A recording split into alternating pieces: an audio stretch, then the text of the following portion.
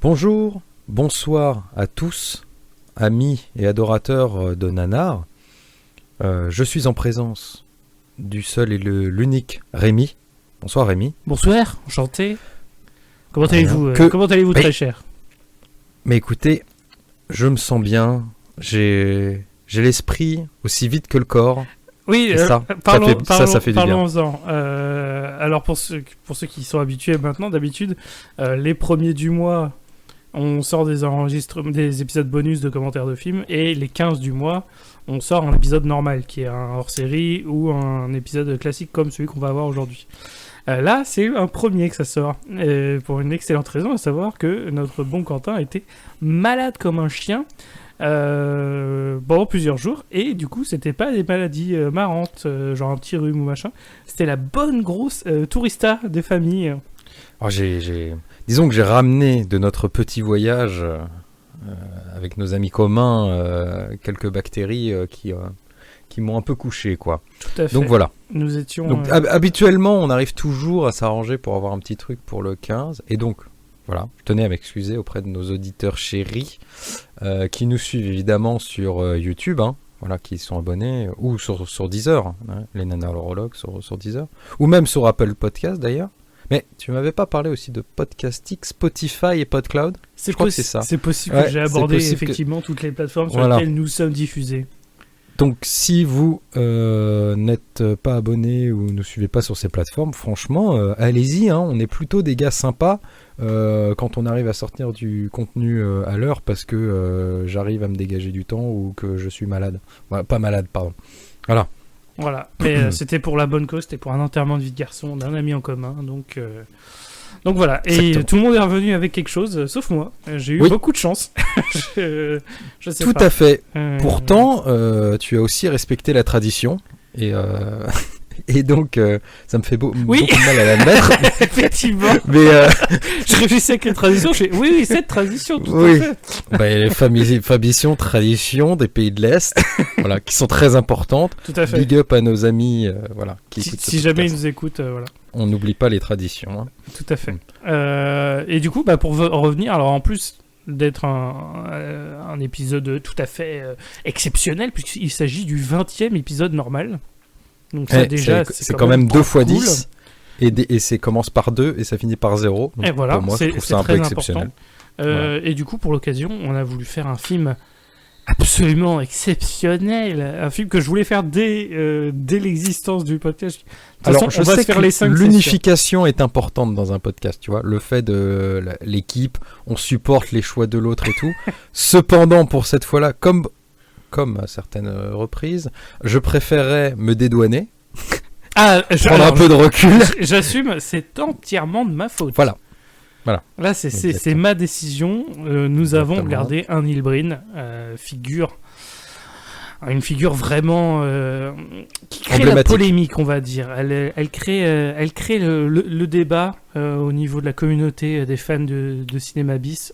C'est un peu le Z du Cinéma Bis, quoi. Ouais, vraiment. Et c'est un homme à part, Neil Breen. Il est dans sa propre catégorie, la même catégorie qu'un Tommy Wiseau ou un John DeHart, ou d'autres mégalomaniaques qui font des films. Mais lui, c'est versions métaphysiques égocentriques. Voilà, lui, c'est pas juste Johnny, c'est le mec le plus cool de la Terre, je vais le jouer. Non, lui, c'est je vais jouer une figure divine parce que je suis parfait et je vous emmerde.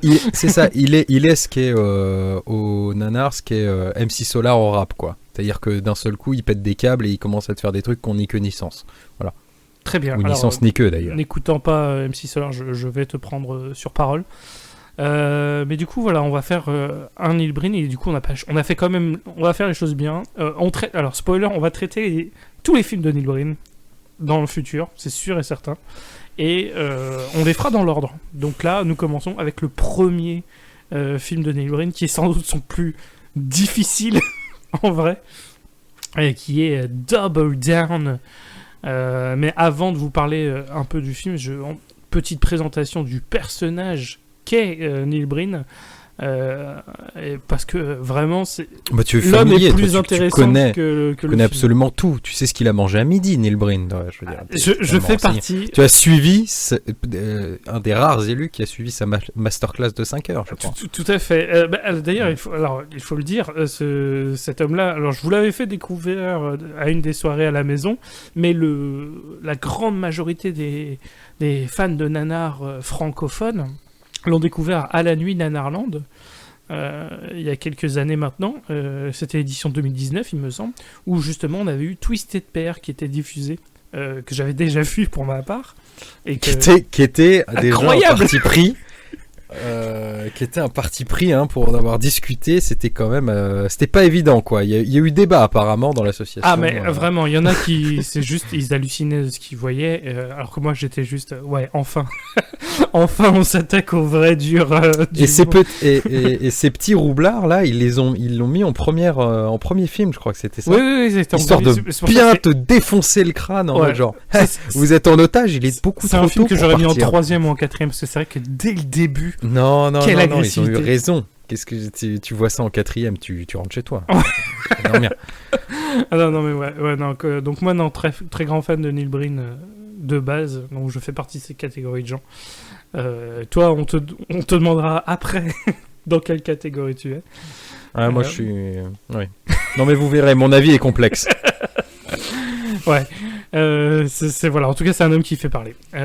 Du coup, voilà, je vais vous parler un petit peu de l'homme en lui-même avant qu'on parle du film. Donc, Neil Breen, en gros, c'est un mec qui a toujours été passionné par le cinéma, mais dont c'était pas du tout la carrière. C'est pas quelqu'un qui a commencé tôt ou qui a fait des petits films, etc. Non, Neil Breen, c'est un mec qui a commencé extrêmement tard, parce qu'avant, c'était un agent immobilier. Alors, il a aussi des diplômes et une licence en tant qu'architecte, mais c'est vraiment en tant qu'agent immobilier qui cartonne, puisqu'il travaillait pour le Century 21, donc célèbre grande chaîne d'agences d'immobilier. Et lui, il cartonnait dans la région de Las Vegas, genre vraiment bien, au point où il gagnait extrêmement bien sa vie.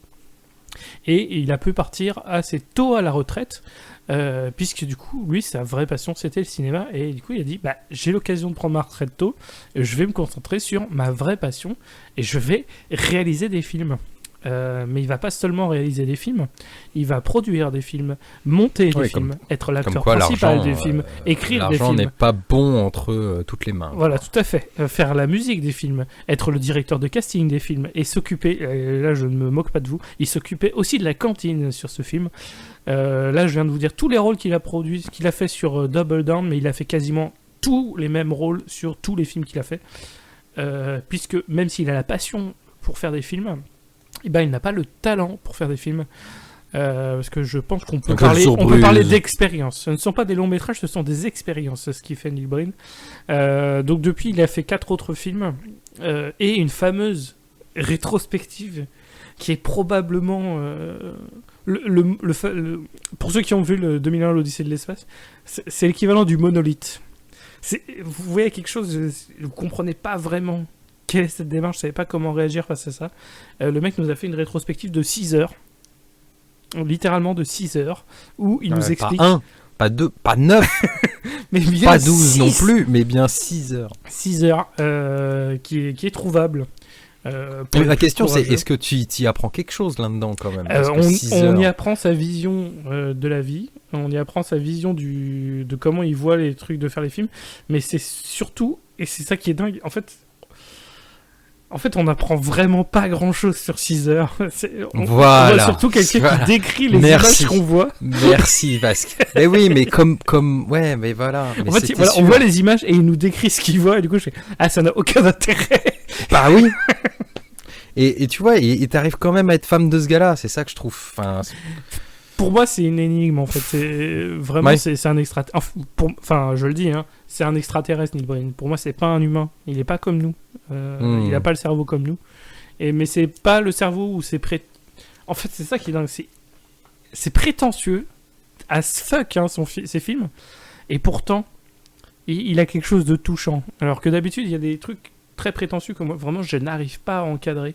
Par exemple, un jour, on fera sans doute je vais citer un autre film qu'on fera sans doute dans le futur, et je spoil déjà mon avis, mais peu importe. Il y a un film qui était avec Ariel Dombal qui s'appelle Alien Crystal Palace, qui est un film aussi extrêmement... Oui, qui est connu, celui-là. Oui, voilà, bien sûr, très connu. Et pareil, c'est un truc un peu un trip, machin. Et ça, c'était prétentieux comme pas permis. Et j'ai passé un affreux moment devant ce film. Non, mais les films de Neil Breen, je sais pas pourquoi ça passe. Sauf Double Down.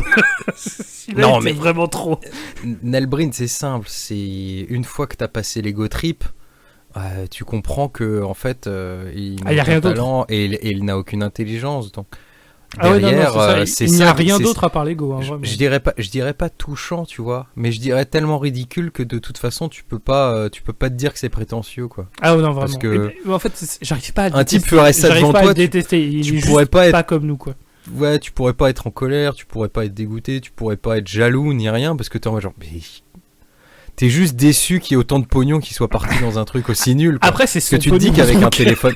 Bah ouais, mais avec un téléphone portable, tu fais mieux. Donc, tu vois, c'est un peu. Maintenant, oui. Aujourd'hui, oui.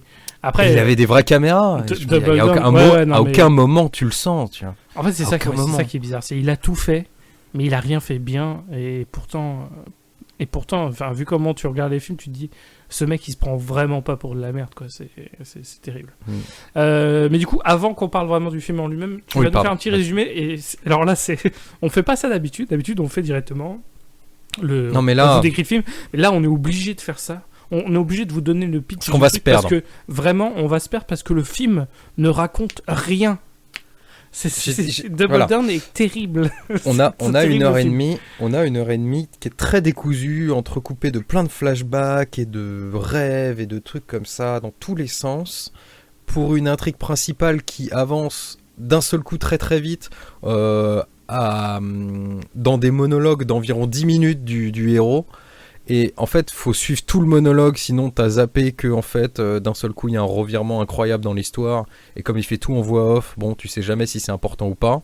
Et au final, tu te retrouves à la fin du film en mode genre, enfin quoi, qu'est-ce qu'il y a? Tu l'as vu donner des coups de clé à molette sur une parabole dans le désert et c'est tout, quoi. Bref, donc c'est vrai que j'ai un peu demandé à Rémi si faire un petit résumé. Vous allez voir, ça tient sur un bout de table. Voilà, tu mets ça sur un coin de PQ en sortant des chiottes, ça tient, quoi. Tout à fait. Et bah du coup, vas-y, explique-nous, essaye de nous expliquer Double Down, et après on va entrer dans le vif du sujet pour comprendre que t'es pas sûr de nous expliquer. Alors tu vas attention nous parce que Double Down, ce résumé est peut-être une fake news.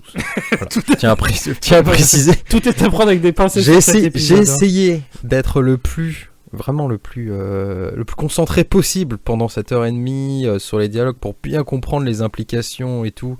J'ai réussi à comprendre quelques trucs à certains moments. Mais dans l'entièreté, il est possible que dans ce résumé se cachent de grossières erreurs qui font qu'en fait, c'est pas vraiment ça dans le film. Voilà. Et que, pardonnez-nous si c'est le cas, c'est juste qu'on comprend vraiment pas ce film. Maintenant que je vous ai dit ça, genre on comprend pas l'anglais ou tout ça, parce que oui, il y a pas de VF, c'est un film anglophone. Ouais. C'est vraiment. Ah non, clairement pas. C'est juste que comme je vous dis. Voilà, on n'a pas réussi à. On n'était pas sur la même longueur d'onde. Quand t'enchaînes 5 minutes de monologue avec encore 5 minutes de monologue où il dit tout et n'importe quoi, et puis que en fait d'un seul coup il soulève sa femme, mais en fait c'est des enfants. Et enfin bref, au bout d'un moment t'es un peu en mode genre. Hein? Ouais, ok. Tiens, je vais. Ouais, c'est ça. Je vais aller au McDo et puis je vais aller au PMU du coin. Oh, je vais dépenser. Ça me fera du bien à la tête. Bon. Donc un petit résumé, ça vous fera pas de mal. Et tu pourras titrer comme ça putaclic. Mon Dieu, est-ce le vraiment résumé? Vite, allez voir le film. Et puis comme ça, un peu putaclic. Oh, top 10 questions qu'on se pose à la fin de Double Down, la numéro 8 va vous surprendre. Vous n'hésiterez surtout pas à revenir dans les commentaires, hein, évidemment, ou à nous envoyer des messages pour nous dire à quel point on s'est planté dans le résumé. Ça, c'est aucun problème. Vraiment, on a hâte. Hein. On a hâte de ouf. Voilà. Alors, résumé. Neil Breen incarne ici Aaron Brand. D'ailleurs, il faut mettre longtemps. Aaron Brand, il le dit pas souvent dans le film. Un rôle de composition, puisqu'ici, il n'incarne pas un dieu, mais un simple agent secret, pouvant contrôler n'importe quel bout d'électronique grâce à des ordinateurs éteints, une clé à molette et des boîtes de thon. C'est vraiment le cas. Hein. Il n'hésitera d'ailleurs jamais à nous rappeler qu'il est pilote émérite, qu'il a gagné toutes les médailles et est dorénavant mercenaire au service des plus puissants. Très important, c'est tout ça, il adore le répéter. À qui veut l'entendre. Et en voix off, mais des fois en dialogue. Le problème, c'est que personne ne veut l'entendre. On vous expliquera. Mais nous, on est obligés. Donc, je vous passe énormément de flashbacks folie dans ses rêves cauchemars. Et de tout ce merdier, donc, découle probablement, c'est là où on met des guillemets, l'histoire principale. Aaron Brand a donc développé des bombes biologiques qu'il a placées dans les plus grandes villes du monde. Il a évidemment menacé de les faire péter parce qu'il est confus et déprimé. Alors c'est littéralement sa raison. Évidemment, il y a une cause derrière, mais c'est sa raison, c'est qu'il est confus et déprimé. Mais comme il est confus et déprimé, il va jouer un peu double jeu, et dans un premier temps, arrêter un dealer d'anthrax astucieusement caché derrière une fausse moustache, et éliminer le chef du réseau mafieux derrière, avec un twist, avant de se poursuivre lui-même. Bah oui, le taré aux armes biologiques, c'est lui. Mais comme vers la moitié du film, il a trouvé un vieux mystérieux au comportement suicidaire dans son désert, qui lui a dit « Tu es l'élu, prends donc ce caillou, c'est sorti de mon urètre ce matin, ça soigne les cancers. » Aaron prend donc conscience de sa nouvelle mission divine, de sauver le monde de lui-même, et se sent vachement mieux. Il court donc dans son désert chéri, qu'on aura au final quitté que pour quelques stock shots de Las Vegas, avant que le film se termine sur cette fin abyssalement vide de tout sens, comme son scénario en fin de compte. Bah, c'est un très beau résumé. Alors, la seule partie où effectivement c'est de l'interprétation, c'est de savoir quelle est l'origine du caillou donné par le vieux. Hein. Ça ne sort peut-être pas de l'urètre de cette vieille personne, mais il a dit ça. It's come from my ureta, you're the one. Je ne peux pas non plus démentir que ça n'est pas sorti de son urètre.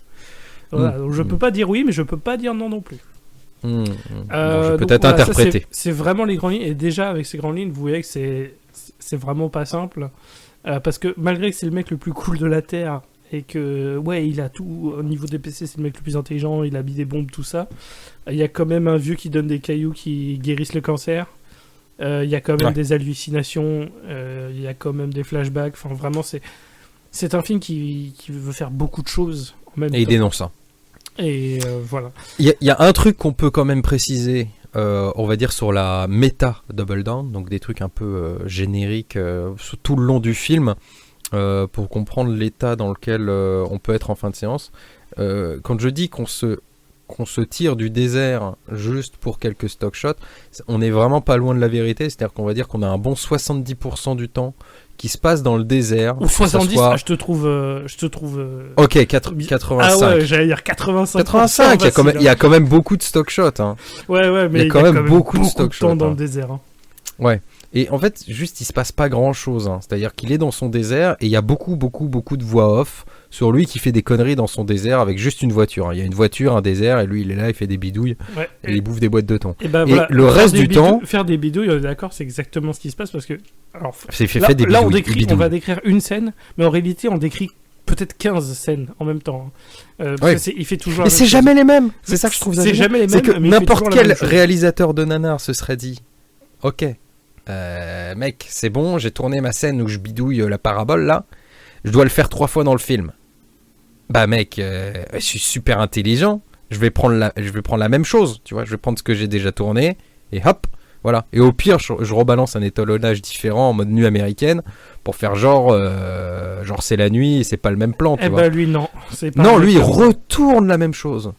Je sais pas combien de fois il a tourné des trucs de lui qui tabasse des canettes de thon. En gros, voilà, impressionnant. C'est un enchaînement de scènes. Alors, il fait soit il dort devant sa bagnole par terre. Ouais, alors ça on apprend à la fin du film pourquoi. Oui. Mais voilà. Faut suivre, hein, parce que même toi t'étais... Non, mais genre, attends, quoi non, mais sur la fin j'en pouvais plus non plus. Donc soit il fait ça, soit il tape sur plusieurs ordinateurs ou sur des téléphones, où il répare des paraboles qui sont dans le coffre de sa bagnole.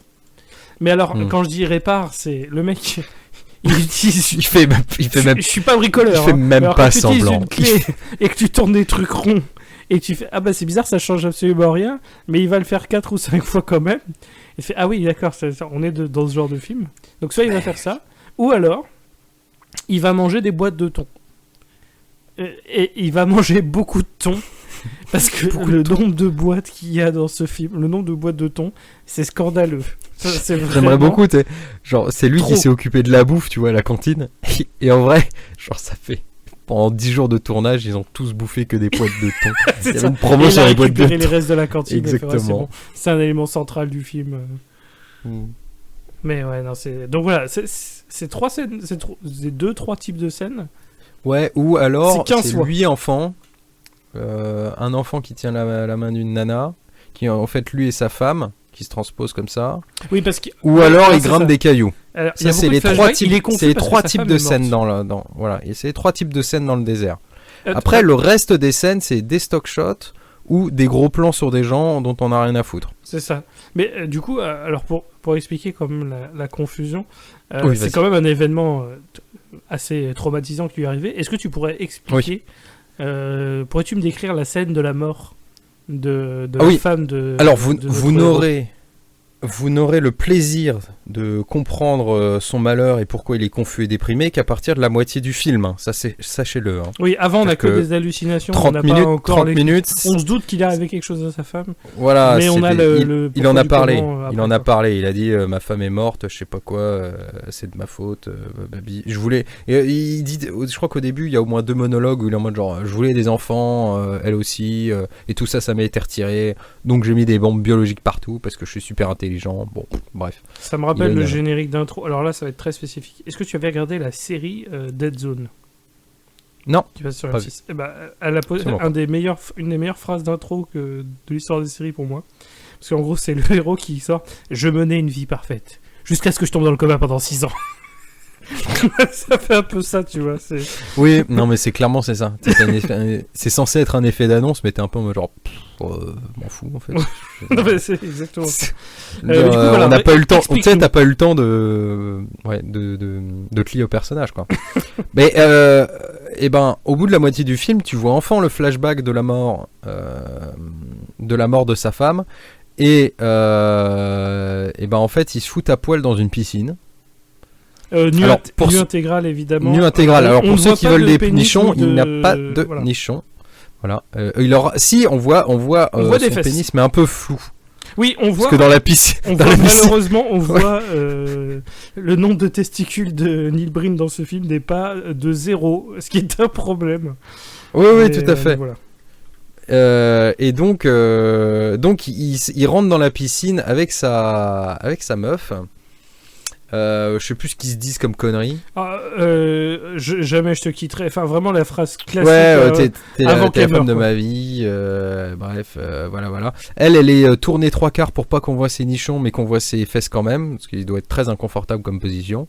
Oui, très naturel, évidemment. On parle toujours comme et ça. Hein. Et à ce moment-là, on a un coupure, un sniper, il vise, enfin, il y a une croix sur l'objectif de la caméra, quoi, globalement. Il tire. Et là, Neil Breen prend la meuf dans ses bras en mode oh non, sauf qu'il n'y a pas d'effets spéciaux, donc en fait, faut deviner qu'elle s'est fait toucher dans le dos et qu'elle est en train de mourir. Alors d'un seul coup, on coupe. Et là, on a un plan très, je sais pas comment dire en français, airy. C'est mystérieux. C'est pas mystérieux, c'est féerique un peu. Ouais, si, c'est bien. Tu vois, c'est un peu ça, un peu étrange. Où en fait, elle flotte dans la piscine, les bras écartés, tu vois. Genre vraiment comme une croix. Hop là, elle est comme ça, elle est bien. Et là, cette fois, on voit enfin le trou de la balle dans son dos. Donc on se dit, ah mince, elle est morte, quoi. On voit le trou Et, de la balle et le trou de balle de. et le Neil trou de Breen. balle. D'accord. Et donc Neil Breen est en mode genre oh non et tout, oh, ma femme est morte avec le sniper. Mais bon, apparemment le sniper a fini son boulot vu que tuer l'homme le plus fort du monde c'était pas très intéressant. Donc il est parti. Même si c'était, je sais pas, c'était peut-être juste pour le faire chier en fait. C'est en mode genre ah tiens je t'ai tué ta femme. En fait, c'est ça, mais il pouvait pas non plus attaquer lui parce qu'il est trop dangereux, parce qu'il sait trop de trucs et qu'il est trop puissant. Parce que Probablement. c'est Donc, on tue sa littéralement femme. le premier dialogue du film. Neil Breen, en gros, c'est le mec parfait. Il Oui. sait tout, il connaît tous les secrets de tous les états, de tous les trucs. Il a accès à tout. Le mec, il est capable de tout hacker. Enfin, c'est vraiment... Oui. Mister Robot, c'est de la gnognotte. Lui, c'est le taulier. Parce que 2 PC de merde, qui sont même pas allumés d'ailleurs. Parce qu'on n'a pas parlé des scènes où il tape sur les ordinateurs. Mais les ordinateurs ne sont pas allumés quand il tape dessus. Tout à fait. Ça ne sert à rien tout ce qui se passe. Et au final, donc il est comme ça, sa meuf flotte dans la piscine pendant, il y a un plan en moins de 10 secondes sur elle qui est comme ça, coupe sur lui qui fait genre, oh elle est morte, je suis triste, un jeu d'acteur incroyable, et coupe, et maintenant ils sont tous les deux en train de faire la planche, comme ça, face dans l'eau là, tous les deux les bras en croix. Tu te dis mais qu'est-ce qui branle? Pourquoi il fait ça? Bah, c'est très critique. Donc il est à côté pour de montrer ça. qu'il est mort aussi, qu'une part Voilà. de lui est morte, etc. Et voilà, pour pas spoiler, il y a quand même une dérive qui maintient Nelbryn à flot. Voilà, vous pouvez voir entre ses jambes une petite dérive sympatoche. Par ça. Et c'est fini. Et puis après, bon, on n'en reparlera plus. Rien à foutre, quoi. Tout à fait. Mais du coup, voilà, c'est ça l'explication. Après, il y a d'autres scènes ici et Oui. là. Il y a plusieurs scènes où il y a Avec sa sa femme fa- qui vient tout à le fait. hanter. Bien sûr. Bien sûr. Voilà, il y a vraiment Mais pas le plusieurs fois où hanter. ça arrive. On dit non, je peux pas te rejoindre, machin. Il y a notamment une discussion. Non, au Alors début, ça, c'est je veux te rejoindre. Au début, c'est ça, c'est je veux te rejoindre. On m'a tout pris. Comprends pas trop ce qu'il fout encore là. Il a foutu des bombes partout. Ouais. Et c'est à la fin où c'est en mode genre, je peux pas te rejoindre. Maintenant qu'il y a un vieux qui m'a donné un caillou, je suis obligé de. Oui, j'ai mais une au mission, début, quoi. justement, il voulait utiliser le caillou. Ah oui, alors du coup, Ah oui, il voulait parler de utiliser- on va parler de Oh là là. cette scène, celle du Bon, jeu. ok.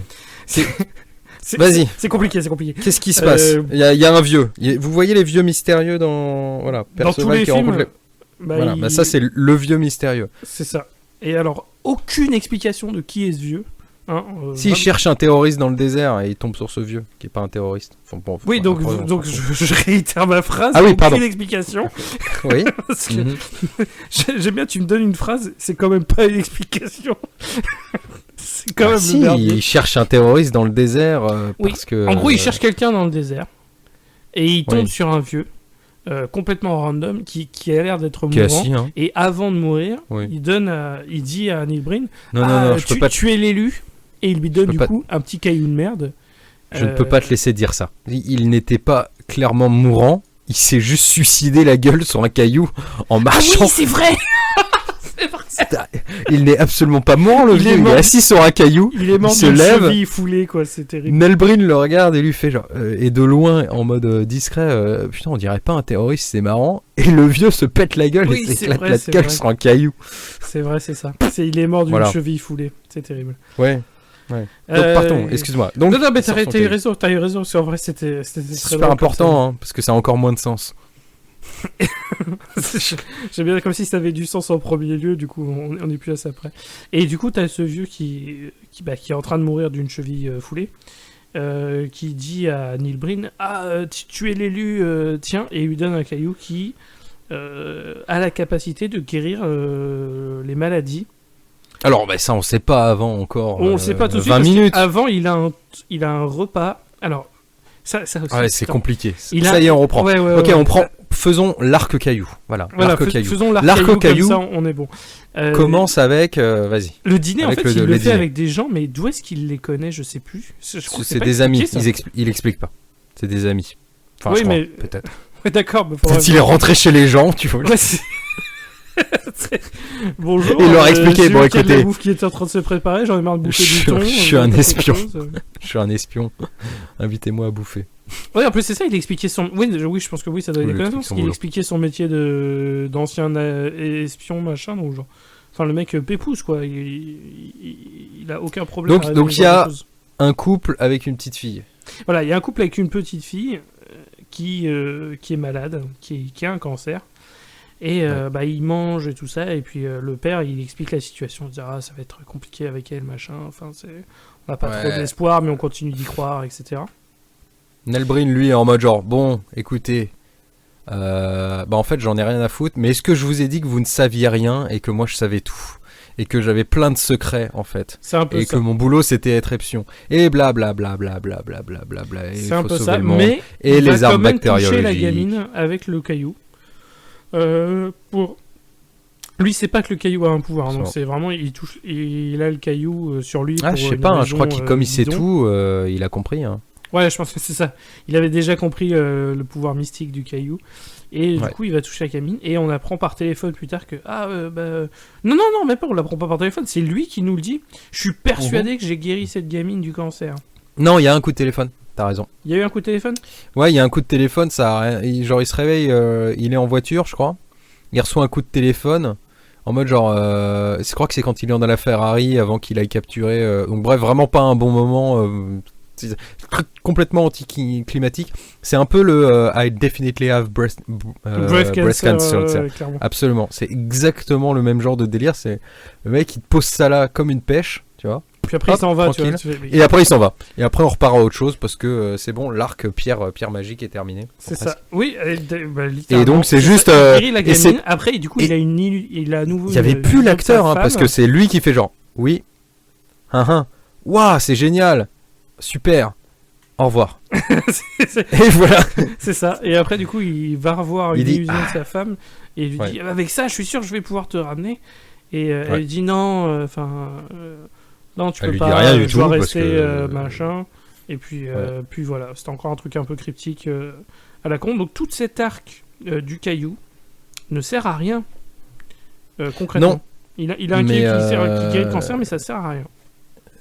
Si, enfin, ouais, à la fin, ça explique qu'il va pas rejoindre sa femme, quoi. Il se suicide pas. Bah, non, ça c'est presque pense. son patriotisme qui le rend comme ça, parce qu'à la fin il fait I love this country, machin. Donc je pense que c'est peut-être ça. Hein. C'est ça qui l'a empêché de Ouais. lancer l'attaque en tout cas. Oh.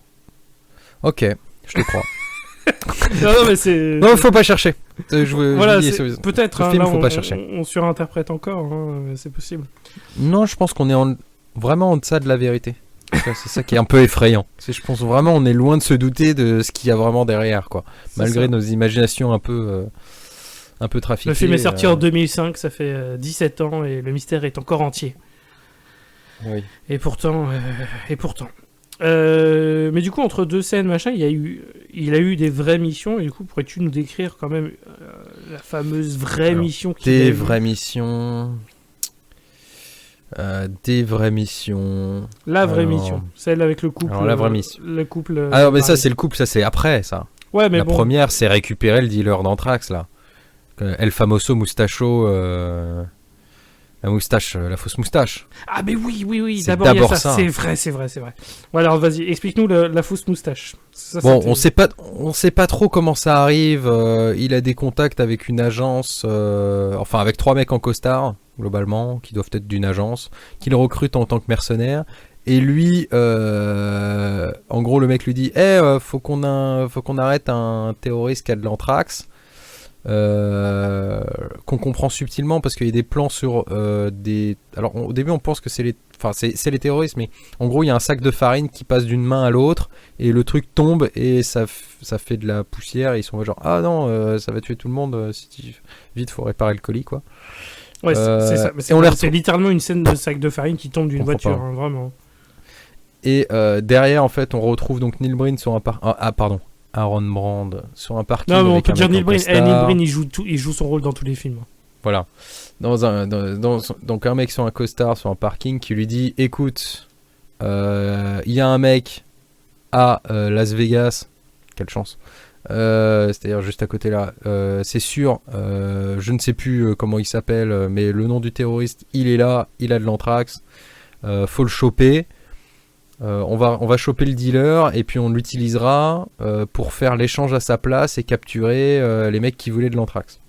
Bon, jusque là tu te dis bon, mais même ça c'est un peu compliqué à comprendre. Mais tu te dis ok, le plan, ça marche. Donc Neil Breen lui, n'écoutant que son courage, il va aller le choper tout seul parce qu'il en a rien à foutre et que comme il sait tout le temps, et il sait où le mec est. Il y va, il n'y a pas d'action, mais il le récupère. Et donc il récupère cette espèce de mec, débardeur, surfeur hawaïen, vraiment gueule de quarterback d'équipe de football américain universitaire, vraiment pas mal. Mais il lui a foutu la fausse moustache, fausse barbe. Nul de l'histoire du cinéma, il faut quand même le dire. Ouais, c'est un peu professeur Moustacho là, ou je sais pas quoi, ou le clown rigolo. On est un peu, c'est très étrange quoi. Et donc il y a cette espèce de truc, donc cette espèce de patte noire dégueulasse autour de sa bouche comme ça. Il le capture, il le fout dans la voiture en mode genre c'est terminé pour vous. Voilà, rendez-vous à la justice. Et il l'amène aux fédéraux, enfin je sais pas qui, à quelle agence, parce qu'au final on n'aura jamais compris qui c'était. Et ce que je trouve là par contre elle est géniale la scène, c'est-à-dire que le mec arrive en Ferrari parce qu'il a hacké une Ferrari parce qu'il peut tout hacker. Je sais pas si on vous l'a déjà dit, mais on le répétera au pire. C'est un peu le meilleur, ouais. Je sais pas, c'est pas, voilà. Faut retenir en fait que c'est un peu le meilleur le gars. Et il s'arrête dans la rue comme ça. Et à côté des mecs en costard, et les mecs en costard, bah quoi, qu'est-ce que tu nous ramènes là?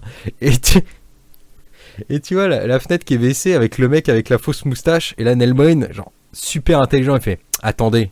Et il prend la moustache, il l'enlève, et d'un seul coup les mecs ils font waouh, c'est lui! Ah, ils sortent leur flingue, on ne l'avait pas reconnu avec cette fausse moustache, très très fausse. Qui est hyper bien faite, vraiment. Quel maquillage de qualité sur ce long métrage. Hein. Non mais c'est vraiment. Ouais, ces deux agents dont on sait rien. Hein. C'est vraiment des grosses merdes aussi. Ouais. En fait, ils sont juste là pour, globalement, nous dire à quel point, ce qu'on savait déjà, puisque Neil Breen nous le dit déjà, et ils sont là pour nous rappeler à quel point Neil Breen est trop fort. Il dit, ouais, pour nous... on est obligé d'engager parce que il est trop dangereux, mais on peut rien contre lui, mais il est quand même trop fort, du coup on a quand même besoin de lui. Enfin, vraiment, c'est catastrophique. Quoi. Exactement, c'est ça, parce qu'il y a des dialogues entre eux. Où justement ils disent écoute mec, t'y connais rien, t'es un newbie, lui ça fait des années qu'on le cherche, on a mis un drone à ses traces, et ben même qu'il l'a fait écraser le drone et que c'est impossible de le tracer, qu'il est trop fort et qu'on a besoin de lui. Bon. Voilà. Suite à ça, je crois qu'il y a le faux échange et au final ils deviennent alliés. Je sais pas si tu te rappelles à peu près du truc. Il y avait le truc, on avait essayé de le traquer dans le parking. Ouais. Où justement en gros il y avait... Alors attends, il faut que je réexplique, il faut que je recomprenne la scène pour pouvoir l'expliquer. En gros, on en est vraiment à ce niveau-là. Il est avec les deux agents, et les deux agents s'éloignent de la voiture, et là t'as une troisième personne qui est avec une poussette, et la poussette heurte la voiture de Neil Breen. Ouais, et c'est exactement ça. Du coup, elle fait ah, excusez-moi, ça. Et lui, évidemment, mec hyper poli, il fait non, mais vous inquiétez pas, voilà, il y a pas de souci, ça arrive. Et elle colle avec enfin, vraiment un truc pas discret. C'est un micro, mais c'est vraiment pas discret. Sur l'avant de la bagnole. C'est sur l'avant de la voiture. Donc vraiment le truc qu'ils vont voir quand il va retourner vers la bagnole. Sur le capot. C'est presque sur le capot, c'est limite elle a dessiné caca sur la vitre, tu sais, d'accord, je pense qu'il s'est passé quelque chose. Donc ils ont fait ça pour essayer de le suivre ou l'écouter, de le traquer quoi. Et au final, il reprend la bagnole comme si de rien n'était, et 2 minutes après, il savait qu'il y avait le micro, donc il l'enlève. Okay, et ça sert à rien. Je ne peux pas leur dire que je savais qu'ils m'avaient... oui, c'est ça, mais ça sert à rien parce que de toute façon, ils continuent quand même d'être avec eux. Oui, ils se revoient après. L'affaire des dangers, là, donc des trucs biologiques de l'anthrax. Donc du coup... Je crois que c'est de l'anthrax. Oui, non, c'est de l'anthrax. Du coup, tout le truc du micro, enfin vraiment, ça sert à rien, quoi. Ça sert à rien. Et donc après, il se revoit avec les mecs de l'échange. Où il recrute les mecs de l'échange. J'ai pas très bien compris parce qu'à un moment ils se battent ensemble. Et ils vont devoir aller chercher le grand méchant. Je sais pas quoi. Je crois qu'il y a un truc comme ça. Et après les mecs du FBI ils tuent les mecs de l'échange. C'est un peu... Bref, on comprend pas grand chose. Il y a des mecs qui se font tuer. Voilà. Mais sans trop d'action. Après, il y a alors, mais par contre, ça il faut le dire, et il n'y a aucune action dans ce film. Aucune action. Donc c'est vraiment c'est très ennuyeux. C'est un film extrêmement ennuyeux. Ennuyeux. Tout à fait. C'est assez terrible. Mais je te laisse décrire une des autres scènes qui est un peu marrante cette fois. Donc le coup du couple, du mariage, comment on pourrait appeler ça, un peu comme un Sergio Leone, genre un spaghetti. mariage, blague et twist. Ouais. Tu vois. Alors ça c'est la vraie mission. Voilà. Ça arrive beaucoup plus tard dans le film, et tant pis, on le dit. Entre temps, on explique l'histoire. Entre temps, il a eu d'autres flashbacks, notamment il revoit ses parents. Il leur demande si le. Ah oui, c'est vrai si qu'il le voit ses paradis parents qu'on n'a existe. rien à foutre. Parce En que ses plus, parents l'acteur sont- qui a failli se péter la gueule. Oui, tout à fait. Parce que c'est une plage de galets, il les fait marcher dans. Il fait marcher pieds nus sur une plage pas du tout pratique. Et du coup, il revoit ses parents à un moment qui sont des anges. Et il demande si le paradis existe, tout ça. Et tu fais, oui, oui, oui, ils existent, tout va bien. Tu nous rejoindras bientôt, mais c'est pas encore ton heure, etc. Ouais. Donc voilà. Évidemment. Et ensuite, donc ouais, là, il y a la vraie mission. Une autre mission qui est l'arc final, on va dire. Parce que, Ouais. ça regroupe plusieurs trucs en même temps. En gros, il y a une menace biologique. Savoir quelqu'un qui va lâcher des bombes, des trucs, des armes biologiques un peu partout dans des grandes villes. Ouais. Donc c'est un couple à retrouver. Les deux agents, ils engagent Neil Breen parce que lui, il est trop fort. Donc forcément, lui, il va les retrouver. Contrairement à la CIA, /FBI, /NSA, Sache tout le monde. le truc dans lequel ils sont. Lui, il est trop fort, donc il va les retrouver. Donc du coup, ils sont à Las Vegas. Très pratique, hein, encore une fois. Vu que c'est à côté qu'il tournait tout le film, donc comme ça, il a pas besoin de se déplacer très loin, c'est vachement bien. C'est très pratique, n'est-ce pas? Un curieux hasard. Et donc, il y a un couple qui détiendrait des armes biologiques, et du coup, c'est eux qu'il faut arrêter. Et Neil Breen se fait passer pour un chauffeur pour le mariage. Absolument. Pour le Il mariage de récupère Lily. une limousine. Enfin, il hack, pardon. Il parce qu'il hack beaucoup une dans son- limousine, évidemment. Il hack une parce que limousine. c'est très facile de hacker. Hein. Et puis lui, il est capable de tout hacker. Et il nous le rappelle, évidemment, à ce moment-là. Ce qu'on avait oublié, ça faisait que 5 minutes qu'il ne nous l'avait pas dit, donc forcément, on l'avait oublié. Du coup...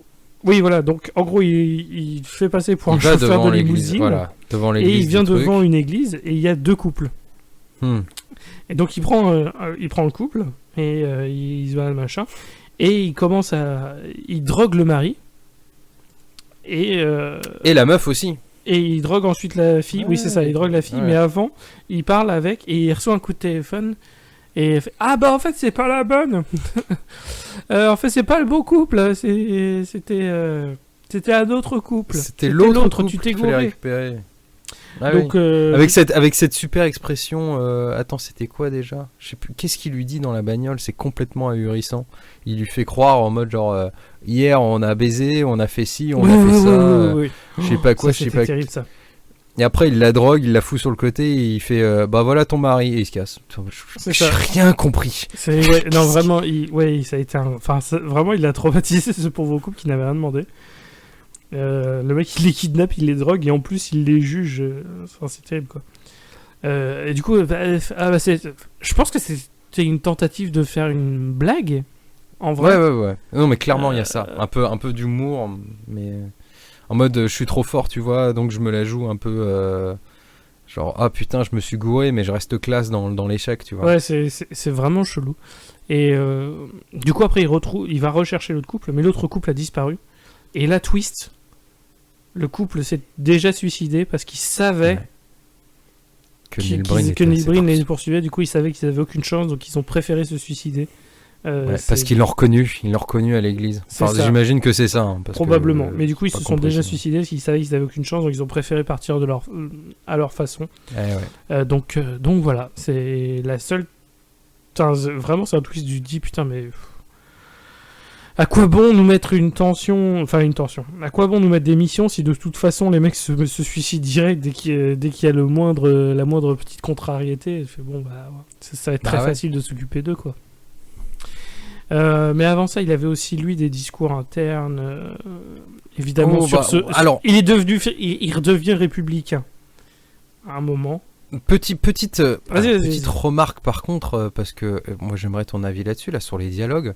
On est d'accord qu'il n'y a pas de comment dire dialogue. Alors ce que tu appelles dialogue interne, des fois, c'est des dialogues réellement. C'est-à-dire qu'il redouble sa propre voix de ses dialogues en mode avec la même timbre et la même gueule que en voix off. Donc, en fait, tu sais jamais s'il parle et il est en voix off monotone. ou s'il parle. Mais il est monotone dans le dialogue. C'est un robot, Neil Breen, c'est pas un humain. Il a un seul timbre de voix. Et c'est terrible. Mais oui, tous ces dialogues internes. En gros, on sait pas s'il discute avec lui-même, s'il nous parle à nous, s'il parle tout seul. On sait pas si c'est le personnage ou limite si c'est Neil Breen qui explique le film aussi. Enfin, on a l'impression de regarder un film déjà commenté. C'est une version commentée du film, alors qu'en fait, non, c'est le film de base. Et c'est vraiment... Je sais pas, c'est vraiment... C'est chelou, quoi. Mais bref. Qu'est-ce qu'il y avait d'autre comme scène incroyable? Mais bref. Le nombre de fois où il court dans le désert, évidemment. Oui, tout à fait. C'est toujours un grand moment de joie pour moi, parce que ça dénote complètement avec le personnage qu'il essaie de nous dépeindre, en fait. À chaque fois, t'es surpris à quel point il a l'air ridicule. Ah ouais, il sait pas courir, hein. C'est terrible. Ouais, enfin... Mais non, mais c'est dangereux, je le défends, il prend jamais le meilleur terrain pour courir. Il prend toujours les trucs hyper compliqués. Et tu fais, mais pourquoi il s'emmerde à faire ça, Saute de caillou en caillou dans un désert pourri. Il grimpe à quatre pattes parce qu'il comprend bien que si jamais il essaye de le faire en mode stylé, bah, il risque de se péter la gueule et de se faire mal. Ah, c'est... Mais bon, ça donne des... Ça donne des scènes justement un peu, je sais pas, c'est bizarre. Tu te demandes ce que ça fait là, parce que même avec un très très gros ego, enfin tu dois bien te rendre compte que c'est pas stylé, tu vois ce qu'il montre. Et il y en a beaucoup des scènes où il grimpe des cailloux. Ouais, mais des films d'ego, c'est ça le truc, c'est que les films d'ego, faut pas vraiment les prendre. C'est pas la même réalité. Les mecs tout ce qui concerne stylé, il y en a d'autres comme ça. Il y a pas que Neil Breen ou Tommy Wiseau. Il y a un film qui commence à être un peu devenu connu parce qu'il y a eu Vinegar Syndrome qui a sorti un Blu-ray de ce film récemment qui s'appelle Champagne and Bullets de John Dehart. D'accord. Et dans ce truc-là, pareil, t'as ce mec-là qui... En fait, le mec, il a une coupe mulet, une vieille moustache. C'est un Américain, mais redneck as fuck. Mais pour lui, c'est le mec le plus cool de la Terre. Et pour montrer qu'il est cool, il va faire des blagues nulles au restaurant qui sont soi-disant hilarantes pour le serveur. Il va serrer une belle meuf et il va la baiser dans une baignoire, mais on a l'impression que la baignoire, elle est à chier, quoi. C'est un truc de pécore. Et il va danser dans des trucs de western et il va danser, faire des chansons machin qui sont à chier. Mais c'est censé montrer que le mec est trop cool. Donc je pense que c'est pareil en fait. C'est juste dans sa tête, il est bizarre. Oui, je pense que c'est surtout ça. Mais que c'est quand même bizarre. Pardon. Ah oui, non mais bien sûr. J'insiste sur le fait que le truc n'a... Alors, je sais plus pourquoi, peut-être que tu pourras me rappeler. Pourquoi il recherche le caillou à un moment? Parce que, alors, il paume le caillou. Non, il recherche... Ah, pourquoi il recherche? Oui, non, parce qu'il l'a foutu dans une boîte de thon. Oui, c'est ça, mais pourquoi il le recherchait? Parce que, je crois qu'il a une vision... Ah, c'est possible. Il me semble qu'il a une... Il me semble qu'il a une vision en mode genre, putain, le caillou, il est sacré. Il se rappelle que le mec, que le vieux lui a dit tu es l'élu. Et lui il fait ah ouais putain la boîte de thon c'est vrai. Et donc il fouille dans des boîtes de thon vides qu'il garde dans son coffre. On sait pas trop pourquoi. Et pourquoi est-ce qu'il a mis la pierre dedans, je sais plus honnêtement. Ce sont des détails auxquels j'ai du mal à m'accrocher au vu de la quantité de merde qu'il y avait dans ce film. Ouais non c'est compliqué. Et donc il fouille les boîtes jusqu'à retrouver la pierre. Voilà. Et après se passe l'arc de la pierre, quoi. Bon, globalement, vous pouvez imaginer. Par ça, je crois pas qu'elle serve à grand chose d'autre. Non, il n'y a pas grand chose qui sert. Il y a pas grand chose qui sert dans ce putain de. Dans ce putain de film, il n'y a rien qui sert dans ce film. C'est terrible. Au niveau histoire, en vrai, on a quasiment fait le... Non, mais on a tout dit, hein. En vrai, on a tout dit. Hein. C'est terrible. Ah, enfin, non, si, justement. En gros, juste à la fin, il y avait ce truc où, à chaque fois, enfin, pendant tout le film, t'as ce truc où, ouais, je pourrais vraiment me débarrasser de toutes ces villes parce que c'est tous des connards. Voilà. Et puis, en fait, t'as quand même, à la fin, t'as un truc hyper républicain où finalement il change complètement d'avis, il fait mais bordel en fait j'aime ce pays quoi, il aime ce pays, du coup je vais arrêter tout ce que je fais etc. Et il se met à courir dans le désert. Ah putain si attends, on n'a pas parlé d'un truc, sa voiture et de son truc spécial qui le rend invisible. Ah oui c'est vrai, mais ça c'était le début du film. Oui, c'est le début du ça film, te met bien dans l'ambiance. Oui tant pis on fait un aller-retour, mais ça, ouais, on est obligé d'en parler. Comment il fait pour être intraçable, le bon parce qu'en fait il a hacké tous les satellites de la Terre et qu'il a mis sur des satellites un truc qui fait que sa voiture et lui en fait est invisible et que si jamais tu t'approches trop, et ben tu meurs. Et il le démontre habilement par un jeu de coupe où il te fait croire qu'en fait c'est le même plan et qu'il y a un mec qui s'approche en te montrant la voiture à l'intérieur du champ et à l'extérieur le mec qui s'approche, puis après tu revois la voiture, puis après tu revois le mec qui s'approche. Sauf que c'est pas des comment dire, c'est pas des moments identiques de la journée, donc ce qui fait que les ombres sont différentes. Donc en fait tu comprends pas vraiment, enfin tu comprends l'intention, mais encore une fois quoi, comprendre l'intention et l'exécution c'est différent. Et là tu peux pas te dire genre ouais, t'as essayé mec, non il y a rien essayé, 2 sur 20, redoubler monsieur quoi, franchement. Non mais en plus du truc invisible, il y a quand même le fameux truc du rayon là, enfin de la barrière de protection autour de la bagnole qui fait que quand t'as des gens qui approchent, ça les tue instantanément. Ouais. Parce que ça émet, oui, c'est ça. Ça émet un son qui tue instantanément les méchants. Mais et il y a un moment, il se fait agresser à sa bagnole aussi. Il y a quand même plein de mecs qui ont réussi à le retrouver, je crois. Bah, il y a un mec au début, et justement, c'était pour nous illustrer, et on le voit crier, et il meurt, et c'est fini. Ouais, c'est ça. Et pour nous montrer ça. Mais, il y a un autre. Ouais, bah là, je pense qu'on va juste parler de scènes. Oui, allons-y, là, ça y est, le film, c'est bon. Ouais, vous avez compris que le film n'a aucun sens. Tu sais, il y a un moment, il y a un entretien. Pas un entretien, mais il s'entretient avec les mecs en costard. Et il y a une rousse qui les surveille avec des jumelles. Oui. Et elle meurt, la meuf et on se sait fait pas tuer. Qui c'est. Putain, mais c'est vrai. Et la meuf se fait tuer, genre se prend un coup de snipe ou je sais pas quoi. Elle meurt. Et on c'est a tout. Aucune explication. Aucune idée de qui c'était, si elle était avec eux ou pas. On sait pas. Donc vraiment, globalement, c'était ultra gratos. Et la meuf, elle est en train de regarder un truc. Elle meurt. Et voilà quoi. Voilà. Vous avez besoin d'autre chose non, je sais pas. Une petite frite. Ah oui, j'avais oublié la petite frite, pardon. Voilà. Ah non, mais c'est vraiment... C'est dingue, ce film est dingue. Qu'est-ce qu'il y a d'autre comme... Oh, l'impasse mexicaine. Vas-y. Ah oui, putain, mais ça c'était terrible aussi, ça servait à rien. Putain. J'arrête pas de dire putain, j'en suis désolé, hein, mais vraiment ce film il est dingue. C'est quand il va récupérer, il se fait passer pour l'acheteur. Pour ceux qui ne savent pas ce que c'est qu'une impasse à la mexicaine, évidemment. Vas-y, je t'en prie. C'est une scène typique impliquant au moins 2 personnages, mais souvent maintenant il y a eu après des versions à 3 ou 4 avec des films notamment de John Woo, où c'est des personnes qui ont chacun un flingue pointé sur l'autre. Et en fait, c'est toute la scène où ils se regardent, où ils savent que si l'un tire, l'autre va tirer, et ils vont tous les mourir. Et du coup, c'est ça l'impasse à la mexicaine. Donc voilà. Et là, on en a un dans ce film qui n'amène à rien. Si, tout le monde meurt sauf Neil, je crois. Non, juste après ils partent. Non, il fait tomber il fait tomber l'anthrax. Oui, et tout le monde se casse. Du coup, c'est ça. Et tout le monde se casse, mais il dit en voix off. C'est trop bizarre.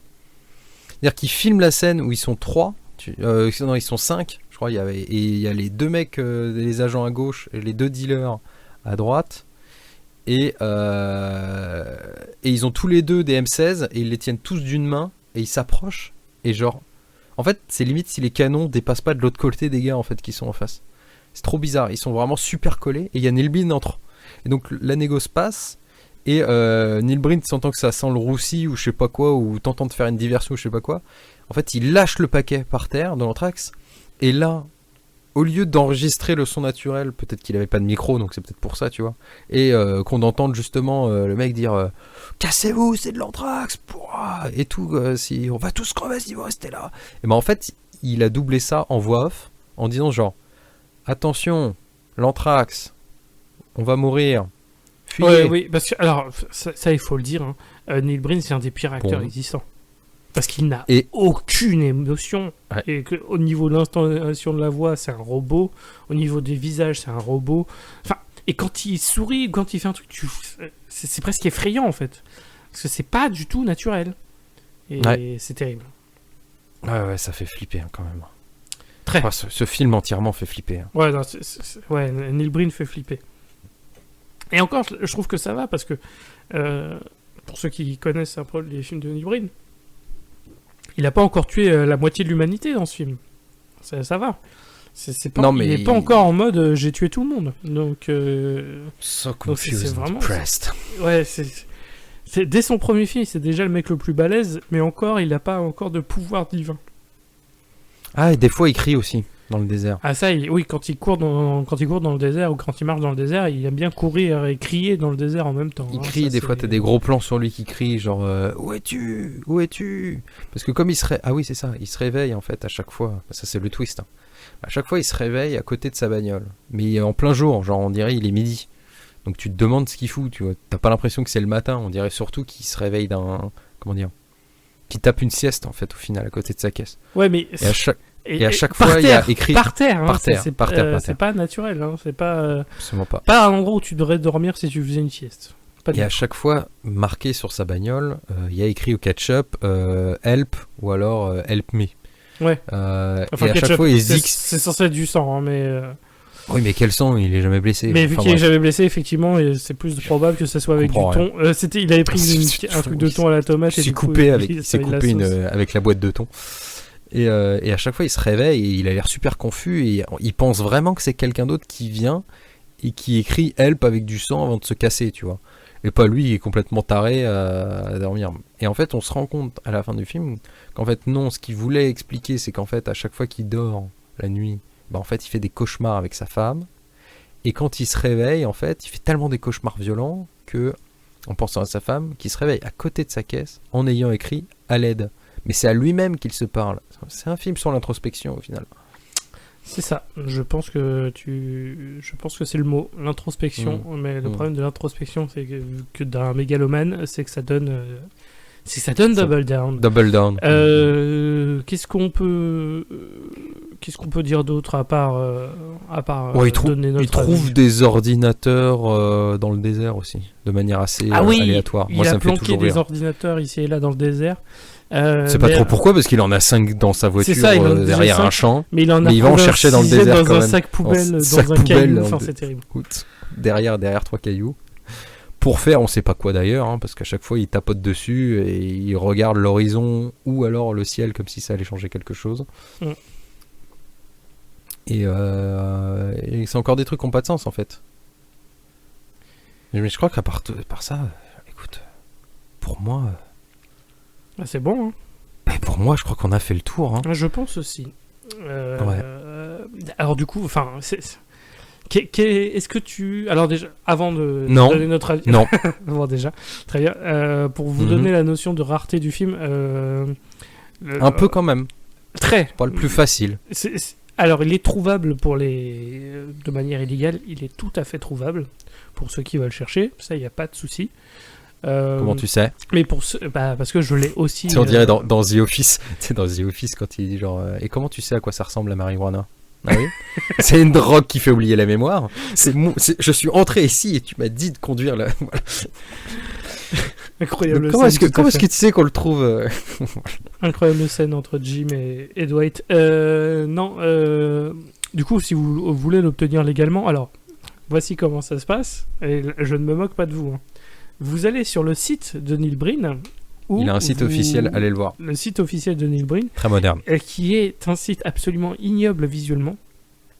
Et vous essayez de trouver l'endroit pour aller acheter ces DVD ou Blu-ray. Et en fait, les Blu-ray, c'est lui-même C'est lui qui les fait. envoie.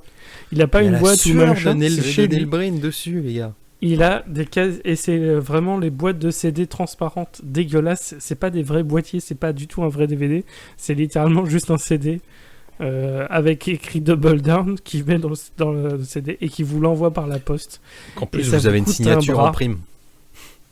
Ça vous coûte un bras, donc vraiment, là je suis désolé, hein, mais si vous voulez vraiment le regarder, déjà, si c'est Neil Breen, il faut quand même, voilà, je peux passer un coup de fil, passer un coup de fil. Au contraire, mais Voilà.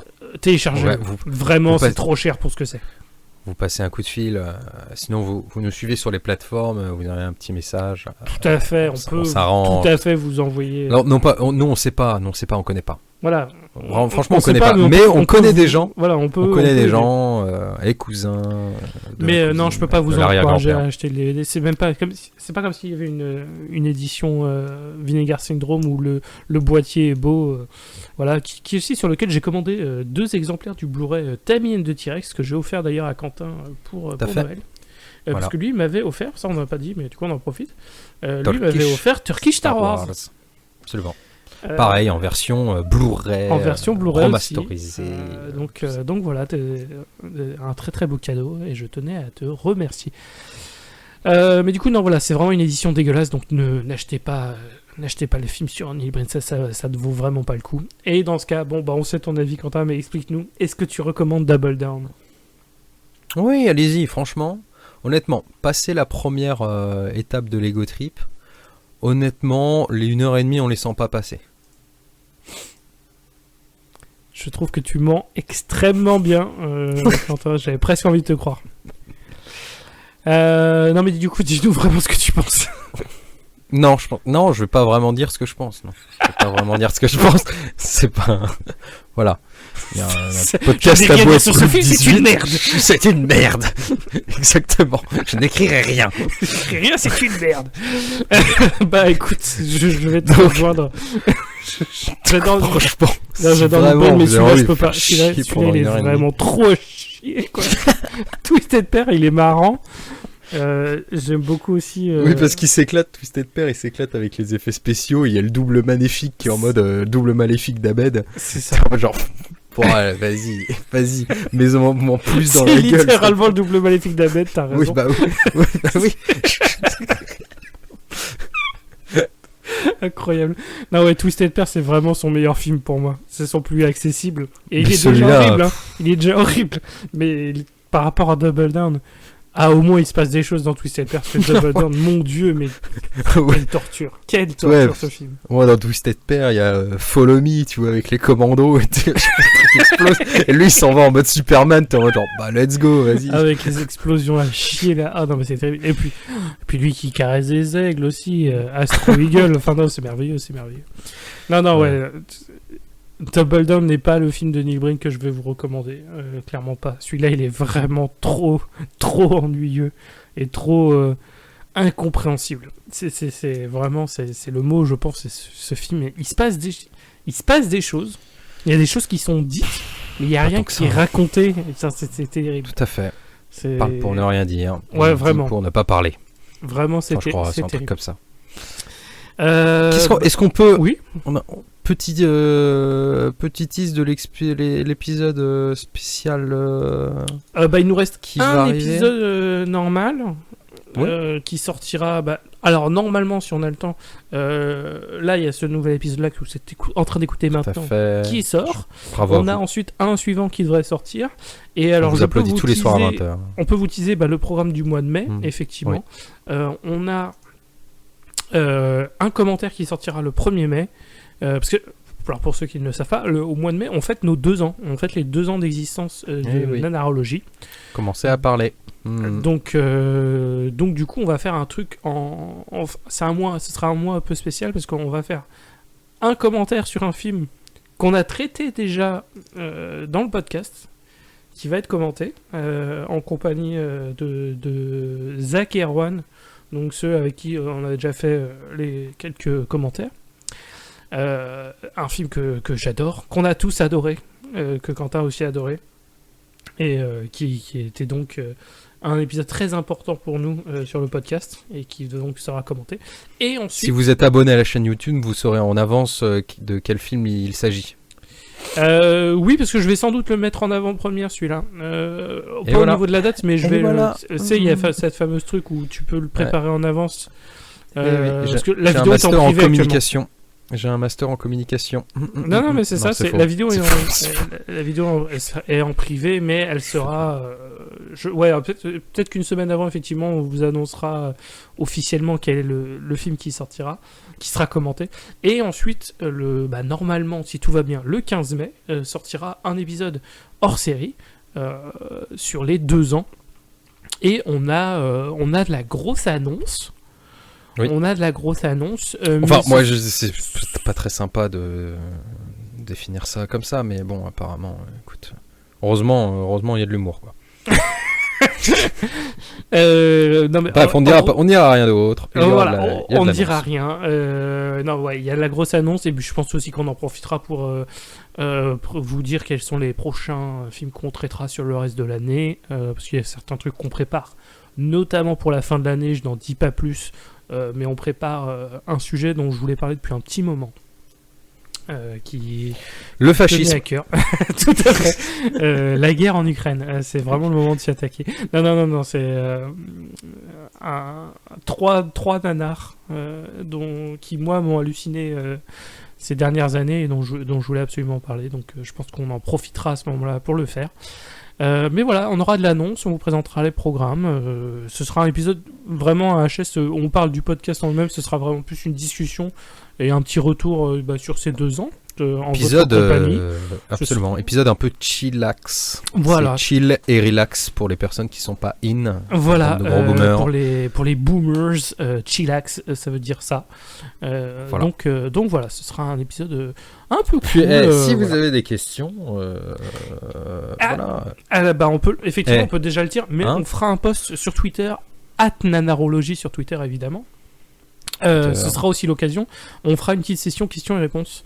Donc, si vous avez des questions, n'hésitez pas à les mettre en commentaire de ce podcast-là. Tout à fait. Mais aussi sur le prochain.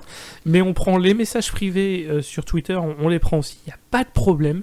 Et si on a plus de 200 vues sur cette vidéo, parce que vous l'avez partagé comme des dingues, bravo à vous, d'ici la fin du mois de la publication, on fera une danse TikTok avec Rémi. Oh mon Dieu. Où on fait des questions-réponses rapidement en mode quel est notre âge et on se présente en mode TikTok. Voilà, avec terrible. Une petite musique. Et tu sais quoi? Ok, j'accepte. Non, mais tu n'as pas le choix, j'ai décidé. J'ai un master en marketing. Oui, tu le mets devant le fait de accompli, mais oui. On mettra ça sur notre Twitter. On mettra une vidéo de nous deux qui dansons comme des gros débilos. Voilà, on créera pas de compte TikTok, juste je téléchargerai la vidéo depuis l'application, ou alors je mettrai le timestamp comme un connard en dessous. Ouais. Voilà. on fera, voilà, ce sera sur nos réseaux. En tout cas, voilà, n'hésitez pas du coup à nous suivre sur Twitter, @nanarologie, pour avoir toutes les infos. Mais voilà, c'est ça qu'on vous réserve en tout cas pour les 2 ans. Et puis voilà, pour le reste de l'année, vous en apprendrez plus normalement sur le mois de mai. Sur ce, c'était quand même un plaisir de t'avoir avec moi, et puis surtout en bonne santé, mon bon Quentin. Parce que c'est vrai que ça fait du bien, ça fait du bien de pouvoir manger fondue, raclette, bœuf bourguignon et tout. Mon estomac est plutôt content de ne plus manger de riz, parce qu'au bout d'une semaine, ça commence un petit peu à suffire. Tu m'étonnes. Donc c'est sur ces belles paroles que je vous relâche de ma présence, et probablement de celle de Rémi aussi. À moins qu'il veuille rester plus longtemps avec vous, je ne sais pas. Mais moi c'est bon, j'en ai non, moi c'est bon, perso, j'en ai pas c'est bon, j'en ai pas Non, écoutez, on vous dit à la prochaine. Voilà, évidemment, tout ce qui est commentaires, like, partage, tout ça, on apprécie énormément, évidemment, avec toujours grand plaisir. Et puis voilà, on se dit à la prochaine. Normalement, le prochain épisode sera un nouvel épisode normal, parce que moi j'aime bien avoir notre logique d'un épisode normal qui sort le 15, donc là c'était l'inversion était vraiment un événement exceptionnel. Oui, normalement ça n'arrivera pas, donc là le prochain sera de nouveau un épisode normal, l'épisode 21 du coup de Nanarologie. On ne sait pas encore quel sera le film, là ce sera à Quentin de choisir. Donc on va voir. Sûrement un truc avec des doublages à la con. Tu sais, tu connais mon amour pour les trucs en VF. Tout à fait. En version française pourrie, avec des accents à la Michel Leb. Tout à fait. Moi j'impose les tortures et toi t'imposes les trucs un peu plus sympathiques quand même, c'est vrai. Je ne sais pas si c'est vraiment sympathique, mais en tout cas, moi c'est mon petit king, tu vois. Moi j'aime bien les VF, j'aime les VF pourris. Ah ça, et puis on est dans Nanarologie, on ne king shame pas, évidemment. Parce que sinon, qu'est-ce qu'on regarderait des bons films, et ça, je m'y refuse. Voilà, sur ce, on vous dit à la prochaine, messieurs, dames. Ciao. Salut.